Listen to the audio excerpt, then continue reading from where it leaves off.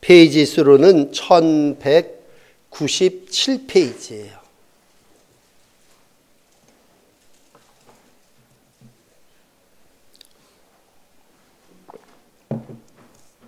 (19절을) 제가 읽을 테니까 (20절을) 여러분이 읽으세요.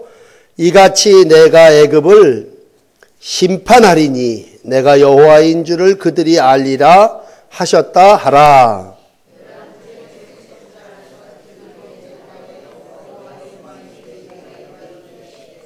인자야, 내가 애굽의 바로 왕의 팔을 꺾었더니 그 칼을 잡을 힘이 있도록 그것을 아주 싸매지도 못하였고 약을 붙여 싸매지도 못하였느니라.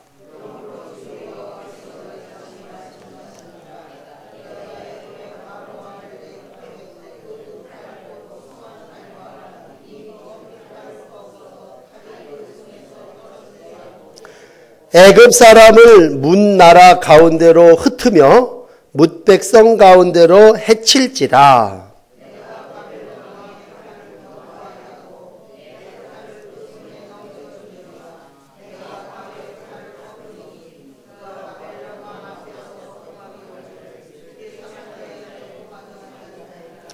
내가 바벨론 왕의 팔을 들어주며 바로의 팔은 내려뜨릴 것이라. 내가 내 칼을 바벨론의 왕의 손에 넘기고 그를 들어 애굽 땅을 치도록 하리니 내가 여호와인 줄 그들이 알리라.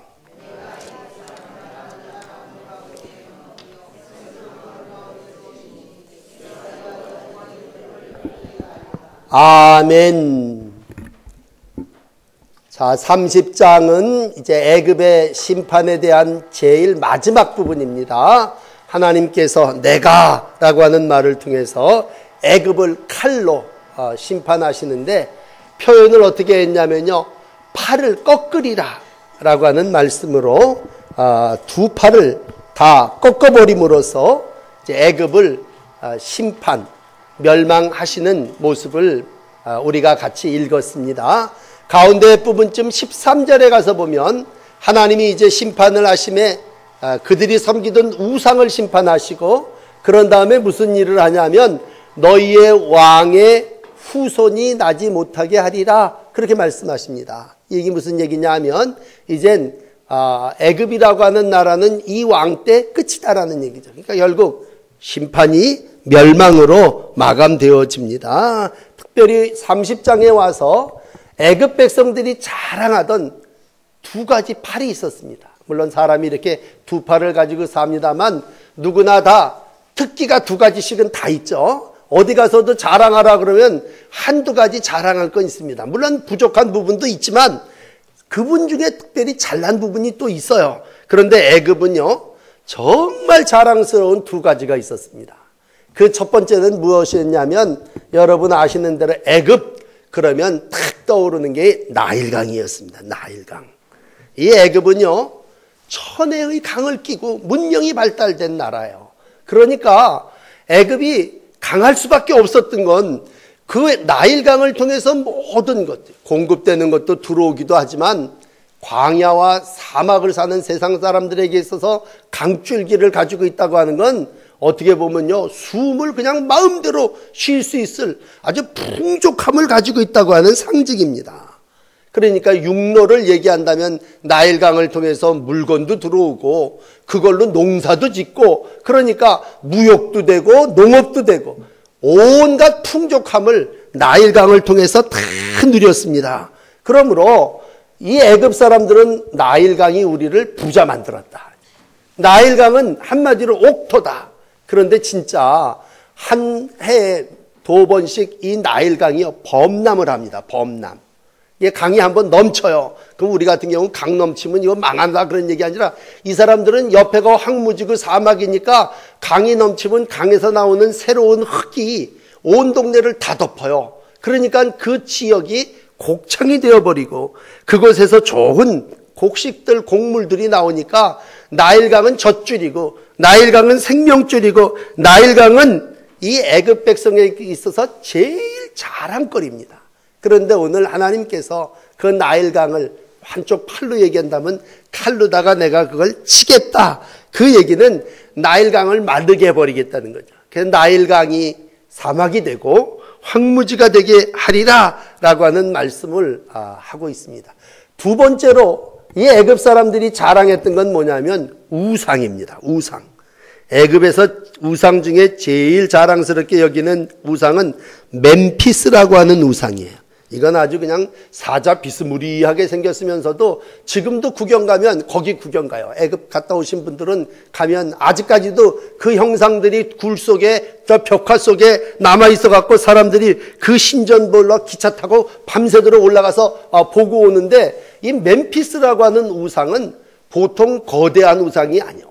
정말 기둥 하나가 우리 교회만 할 정도로 큰 그런 우상들이 애굽을 지키고 있다 하죠. 그러니까 애굽 사람들은 부족한 게 없는 거예요. 먹을 게 강에서 흥청 넘치고 배로다가 올라오지, 우상 큰 신전이 우리를 지켜주고 있지. 그러니까 애굽은 늘 뭐예요? 교만이에요. 교만. 사람이 자랑스러운 두 개를 가지고 있으면 교만합니다. 그러니까 사람들이 여기저기서 애굽으로 와요. 그 중에 이제 대표적으로 오늘 에스겔이 책망하는 건 뭐냐면, 하나님을 잘 믿는 유다 백성까지도 애굽으로 와서 도와달라는 거죠. 옛날 아브라함 때부터 무슨 일이 생기면 애굽으로 내려가는 거예요. 왜? 거긴 곡창이고 거기는 모든 일들이 편리하고 잘 돼 있기 때문에 사람들이 다 그리 모여드는 거예요. 그러면 가서 뭘 배워요? 신전을 배우는 거야.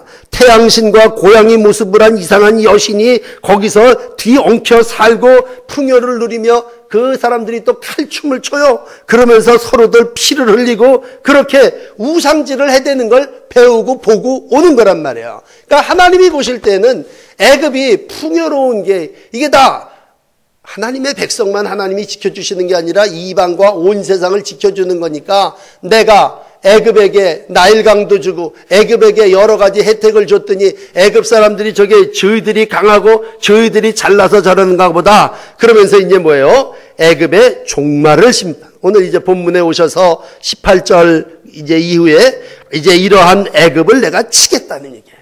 그러면서 특별히 하나님께서 이 애굽을 치면서 같이 심판하는 게 뭐냐면요, 요게 이제 다른 부분하고 좀 특이한데, 동맹한 국가들까지도 하나님이 다 심판을 하시겠다는 거예요. 애굽이 강성하니까 거기 붙어있는, 그러니까 기생에서 빌 붙어갖고 우리도 애굽한테 뭐 조공도 조금 바치면서 애굽의 그늘 밑에서 좀 먹고 살게 해주십시오. 그러면서 거기에 빌 붙고 거기에 조공 드리고 거기에 동참했던 모든 이들까지도 비참하게 멸망하게 할 거라는 얘기예요. 참 우리가 생각할 땐 그래요. 하나님의 애굽은 애굽이니까 우상 숭배하는 나라니까 심판하고, 하나님이 애굽은 교만하니까 풍성함에도 하나님 앞에 감사하지 않으니까 치지만 왜 주변에 동맹한 나라들까지 심판을 하실까? 여러분 이 30장 앞에 부분을 돌아가서 읽어보시면 그 얘기가 쭉 나오는데, 이유는 한 가지예요. 여러분 기억하셔야 되는데, 악인과 함께하면 결국은 멸망의 길로 가 있습니다.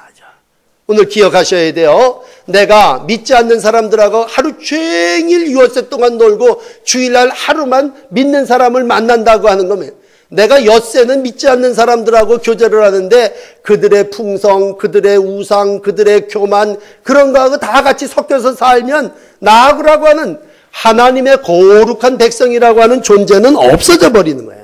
그러니까 성경은 특별히 시편은 1편 1절은 분명히 이렇게 시작해요. 복 있는 사람은 누구냐? 악인의 궤를 그거 안 가는 거야. 악인하고 안 가는 거야. 죄인의 길에 서지 않는 거예요. 오만한 자의 자리에 앉지 않는 거예요. 그러면 악인, 죄인, 오만한 자 누구냐? 그 사람이 바로 애굽이에요. 애굽. 그 애굽하고 같이 하는 자는 멸망하는 자예요.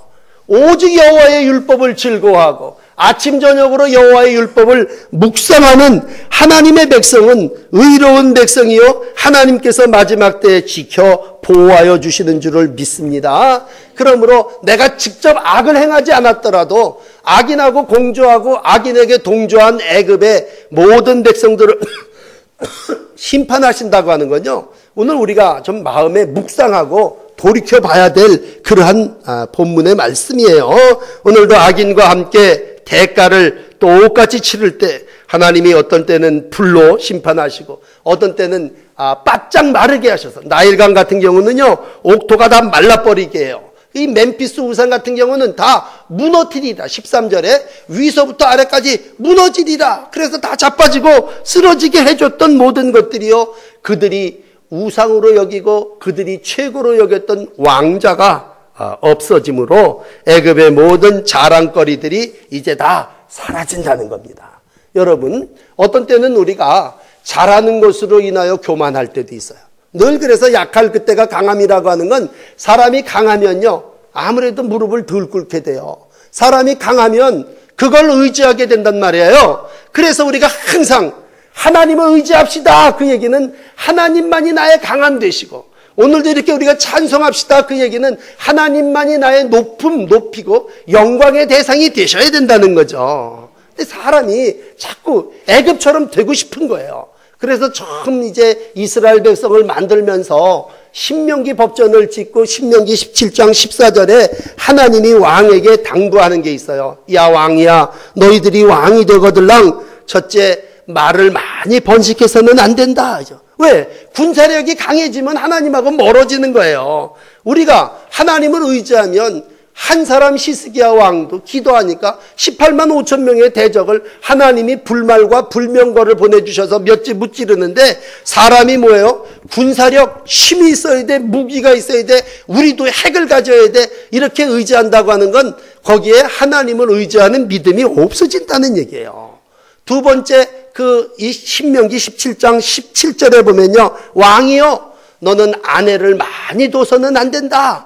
아주 신신당부를 해요. 이 얘기는 무슨 얘기냐면, 아내를 많이 둔다는 건 이방 공주들을 많이 데려온다는 얘기고, 이방 각 나라의 우상들을 다 수집한다는 거예요. 여러분, 여자들이 올 때 그냥 같이 옵니까? 우상 데리고 오고, 이 거드는 하녀들 데리고 오면서 그들의 신전, 그들의 우상을 다 같이 오니까 그게 나중에 솔로몬 같은 지혜로운 사람도 그것으로 인하여 무너지잖아요. 그러니까 아주 당부하는 건 뭐냐면, 군사력, 말을 많이 갖지 말아야 되고 아내를 많이 갖지 말아야 된다고 할 때 그 모든 걸 다 갖춘 나라가 이 애굽이었고, 그 애굽의 마지막이 뭐예요? 결국은 멸망을 하고 그들이 나 이거 강하다 그랬을 때 하나님이 그 팔을 꺾어 부러뜨려 버리시는 거예요. 하나는 너 이 나라 가서 애굽을 쳐라. 애굽 한쪽 뚝 부러지고 나니까 여러분 한쪽 팔 가지고 뭐 힘쓸 수 있습니까? 그러니까 이번엔 바벨론, 너 와서 느부갓네살 왕, 너도 나쁜 놈이지만 너 저 애굽 나라 와서 쳐라. 한 팔 가지고 이러고 있는 나라 쳐들어가서 바벨론 느부갓네살 왕이 마지막으로 애굽을 완전히 부러뜨려 버리신다는 거죠. 그러므로 시편 37편에 이런 말씀이 있어요. 17절에 보면 악인의 팔은 부러지나 의인은 여호와께서 붙드시는도다. 오늘 우리 찬양대가 너무 좋은 찬양, 설교에 아주 딱 맞는 찬양을 했어요. 여러분, 악인은 하나님이 부러뜨리는 자고 의인은 하나님이 뭐야? 붙드는 자입니다.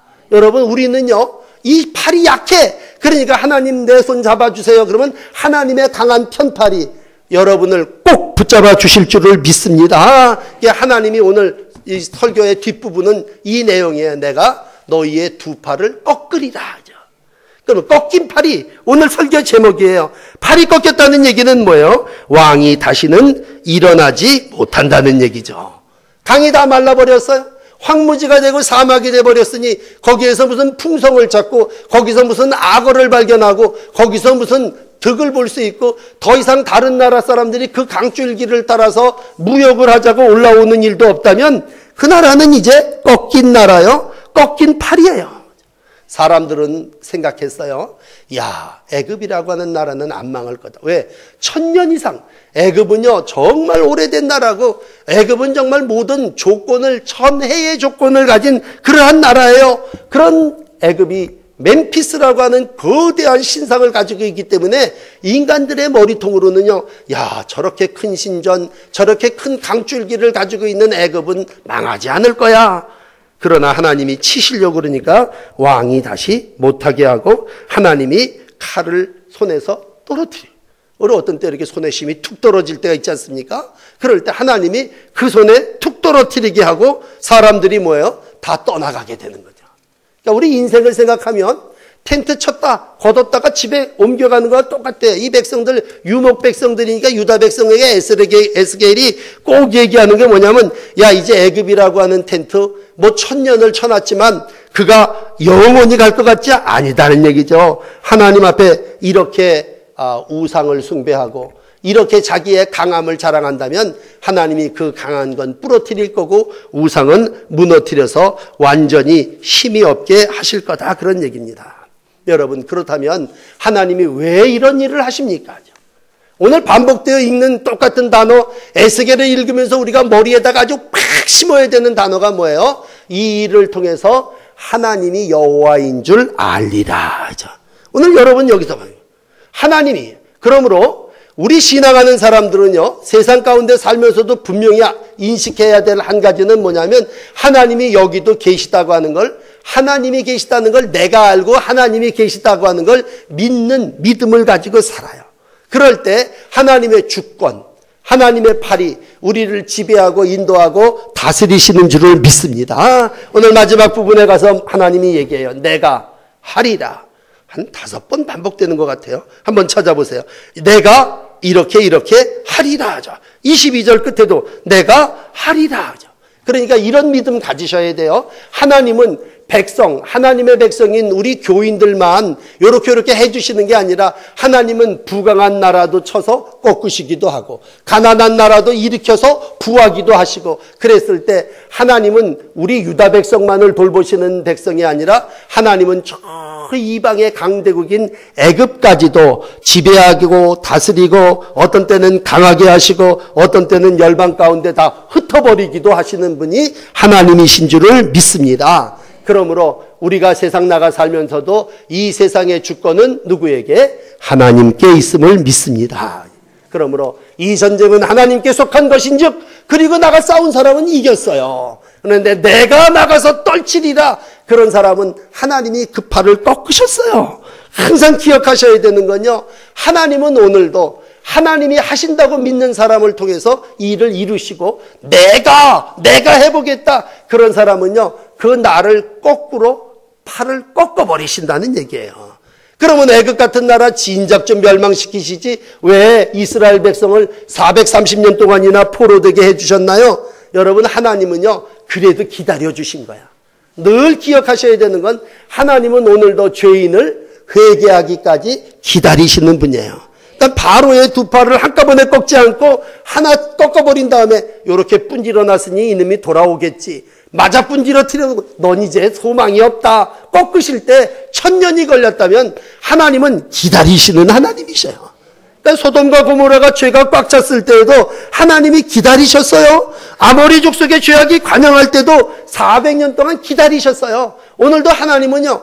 내가 회개하고 이 백성 우리 지역 사람들이 예수 믿고 돌아오기를 기다리시냐고 우리를 아주 꺾어버리지 아니하시고 우리 가운데 성령으로 함께하여 주시는 줄을 믿습니다. 그러므로 하나님 앞에 돌아와서 꺾인 대로 얼른 고쳐달라고 그래야죠. 이 꺾인 애굽은요. 끝이야 끝. 내가 꺾어버릴 진데 맨 위에 부분에 얘기했지만 상처가 회복되지 못할 거라는 거예요. 그러나 우리는 하나님 앞으로 돌아오면요. 그 꺾여졌던 분, 상처났던 부분을 하나님이 싸매주시고 도로 낫게 해주시는 줄을 믿습니다. 그러므로 믿음 가지고 살아나가는 동안 야 하나님이 애굽을 의지하던 자까지 엎어뜨린다니까 애굽을 의지하지 말고 어떻게 해야 돼요? 하나님을 의지해야 되겠다. 오늘 교훈은 간단해요. 신앙은 뭐예요? 의지하는 건데 애굽 의지하지 말고 하나님 의지하시는 여러분이 되시기를 바랍니다. 신앙은 하나님이 주인을 삼는 거예요. 그러므로 내가 주인 되지 말고 하나님을 주인으로 여기고 사시기를 바랍니다. 이게 청지기 신앙이라 그래요. 우리 청지기라는 말 옛날 교인들 많이 써서 요즘은 잘 안 써요. 청지기라는 말은 주인이 있다는 거예요. 늘 주인이 있어서 내가 그분 안에 모든 일들을 행할 때 사회생활을 하죠. 직장생활을 해요. 가정에서 이렇게 가정을 꾸려나가요. 그러면서도 늘 뭐야? 이 직장의 주인은 사장님은 하나님, 이 직장의 가장 우리 하나님 주인이시지 그렇게 생각하고 나는 그 밑에서 일하는 청지기 그런 생각을 할 때 하나님은 오늘도 우리 팔을 강하게 하시고 우리를 통해서 주의 영광 주의 나라를 이루어 주실 줄을 믿습니다. 어리석은 애굽 사람들보다도 참 안타까운 건 하나님의 백성이란 말이야. 에스겔이 오늘 눈물을 흘리면서 이 애가를, 멸망을 얘기하는 건 뭐냐면 내 백성 이스라엘이 그렇게 망해가는 애굽임을 알면서도 왜 거기 가서 의지하려고 하느냐라고 하는 거예요. 오늘도 통곡을 치면서 야 에스겔아, 너 네 백성한테 가서 이 애가를 좀 전해라. 하나님이 그러시는 건 뭐예요? 저렇게 망해가는 거 뻔히 아는데 저 사람 부자로 살고 있고 저 사람 강한 것 같고 풍요한 것 같지만 저 사람의 마지막은 지옥이고 멸망인 걸 아는데 거기 가갖고 의지하려고 하고 거기 갖고 도움을 구하려고 하느니 얼마나 답답하겠어요. 하나님이 에스겔을 보내서 너 애가를 불러라 그런 얘기입니다. 저 애굽은 빈 껍데기고 저 강한 건 꺾여질 거고 저 자랑스러웠던 신전들은 다 무너질 거다. 여러분 오늘 이 본문을 보면서 세상을 의지하려고 했던 마음 싹 버리시고 하나님을 의지하시고 하나님만 찬송하시고 하나님만이 여러분의 도움이 되어주실 줄 믿고 기도하시는 복된 청지기들이 되시기를 축복합니다. 기도하시겠습니다.